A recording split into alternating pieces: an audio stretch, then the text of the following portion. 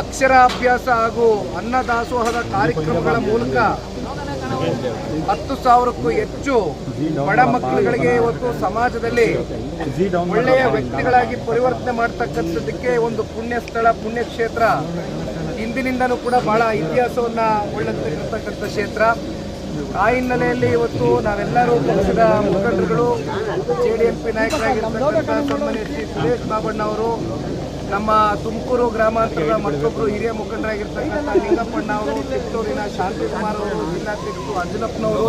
ಹಾಗೂ ಸಾರ್ವಜನಿಕರ ಪ್ರಮುಖ ಮುಖಂಡರು ಸಿದ್ಧಗಂಗಾ ಮಠಕ್ಕೆ ಬುದ್ಧಿ ಅವ್ರನ್ನ ಒಂದು ಆಶೀರ್ವಾದವನ್ನು ಪಡ್ತಕ್ಕಂಥದ್ದಕ್ಕೆ ಇವತ್ತು ಭೇಟಿಯನ್ನು ಕೊಟ್ಟಿದ್ದೀವಿ. ಶಾಸಕ ಮಿತ್ರರು ಮೊನ್ನೆಯ ದಿನ ಪಕ್ಷದ ಚೌಕಟ್ಟಿನಲ್ಲಿ ಒಂದು ಆಯೋಜನೆ ಮಾಡಿದ್ದಂಥ ಒಂದು ಸಭೆಯಲ್ಲಿ ಎಲ್ಲರೂ ಕೂಡ ಪಾಲ್ಗೊಂಡು